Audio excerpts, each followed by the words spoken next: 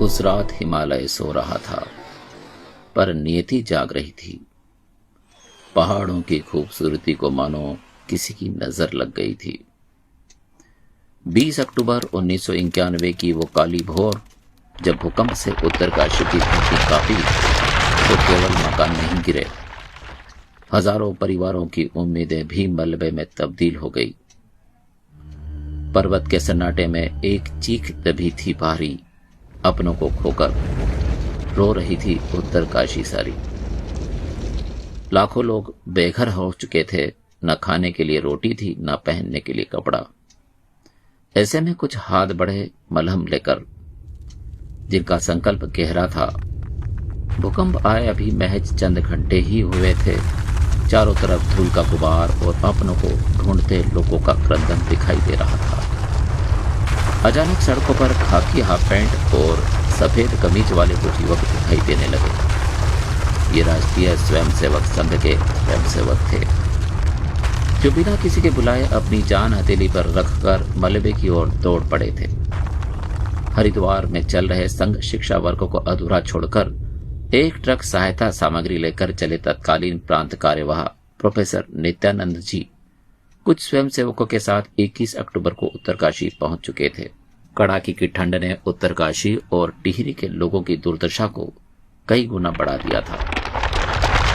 मलबे के नीचे दबे 768 लोगों के शवों को बाहर निकालना और 20,700 ध्वस्त घरों के बीच फंसे जीवितों को बचाना एक नामुमकिन सा लक्ष्य था।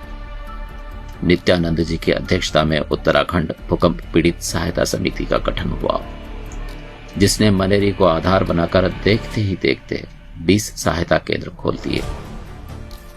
तत्कालीन सरसंघ चालक बाला साहेब देवरस के आह्वान पर स्वयंसेवक मनेरी पहुंच गए।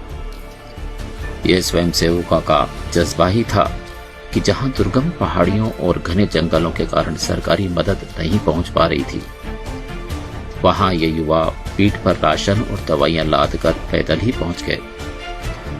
उन्होंने उन 60,000 पीड़ितों के लिए चूल्हे जलाए जो भूख से बिलख रहे थे। 60 ट्रकों में भरकर राहत सामग्री, करोड़ों रुपए के कंबल, तिरपाल और भोजन उन सुदूर गांवों तक पहुंचाए गए, जहां केवल सन्नाटा और तबाही थी। 3 सप्ताह लगातार 60,000 से अधिक लोगों को खाना खिलाया गया। लखनऊ, मेरठ, कानपुर समेत देश भर से डॉक्टर स्वयंसेवकों के 13 दल अलग अलग गांवों में पहुंचकर घायलों के इलाज में जुट गए। आसपास सब कुछ नष्ट हो चुका था। ऐसे में पेड़ पर रस्सी बांधकर मरीजों को ग्लूकोज चढ़ाया गया। मलबे में दबे 768 शवों को बाहर निकालने में भी स्वयंसेवकों ने प्रशासनिक मदद की। राहत के बाद शुरू हुआ पुनर्निर्माण का कठिन अध्याय। स्वयंसेवकों ने केवल मकान नहीं बनाए, बल्कि ग्रामीणों के भीतर स्वावलंबन की अलख भी जगाई। सबसे पहले टूटे घरों के मलबे के सामान से ही कुछ घरों के प्रथम तल, दीवारों और दरवाजे खड़े कर दिए। उन्होंने गांव वालों के साथ मिलकर लोहे की जस्ती चादरों और भूकंप रोधी तकनीकों से 400 घर और 18 मंदिरों को फिर से खड़ा किया। उत्तराखंड भूकंप पीड़ित सहायता समिति, जिसका नाम अब बदलकर उत्तराखंड देवी आपदा सहायता समिति रख दिया गया था, ने मनेरी में एक छात्रावास आरंभ कर पीड़ित परिवारों के 40 बच्चों को बाहर रखकर उनकी पढ़ाई लिखाई का जिम्मा उठाया।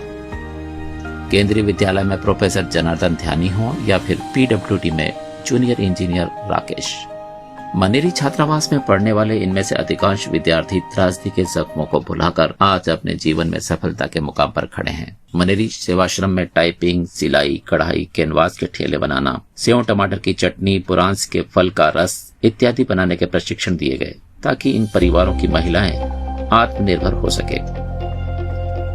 आज भी जब उत्तरकाशी के गांवों में उन गुमनाम नायकों की कहानियां सुनी जा सकती है, जिन्होंने देवभूमि को फिर से मुस्कुराना सिखाया। ऐसी ही कुछ मन को छू लेने वाली सच्ची कहानियों के लिए हमारे YouTube चैनल को